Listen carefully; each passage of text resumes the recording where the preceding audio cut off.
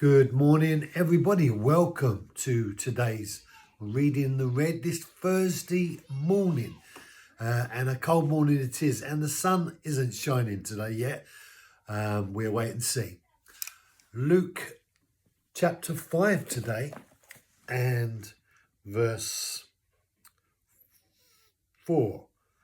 Now, when they had finished speaking, he said to Simon, "Put out into the deep water and let down your nets for a catch." In red, put out into the deep water and let down your nets for a catch. He'd just been speaking to the people. They were all impressed. He asked Simon to take him out into the boat in order to be able to speak to the crowd just off the shore. He used the acoustics of the water to proclaim the message of the gospel to the multitudes.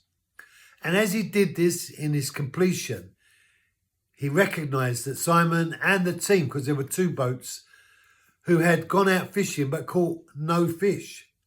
Remember, Simon is a seasoned fisherman along with the team, and they are catching no fish, which means that's not good news for the bank account. So Jesus says to them, "Put out into the deep water and let down your nets."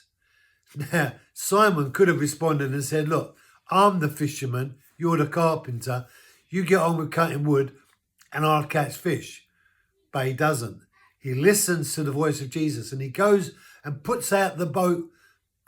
And as they drop their nets in the deep water, they catch a fish that's so large that they have to share it with the other boat. And they all began to gather as the boats nearly sink with the weight of the ship. And Simon's response is to fall down on his knees. But Jesus said to them, "Put out your nets into the deep water and you will catch the fish."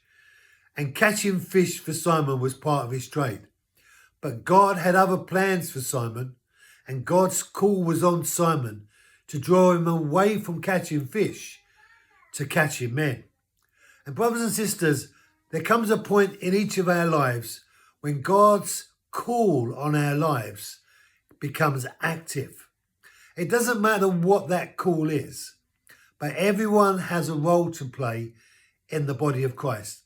Everyone has a job to do. The Apostle Paul put it like this when he said that we are the body of Christ, and each part of the body is a member that's proactive in making the body work. And the body of Christ is the church. And the church needs to work together in order to be able to accomplish God's will, purpose and plans. And the church represents the gathered people.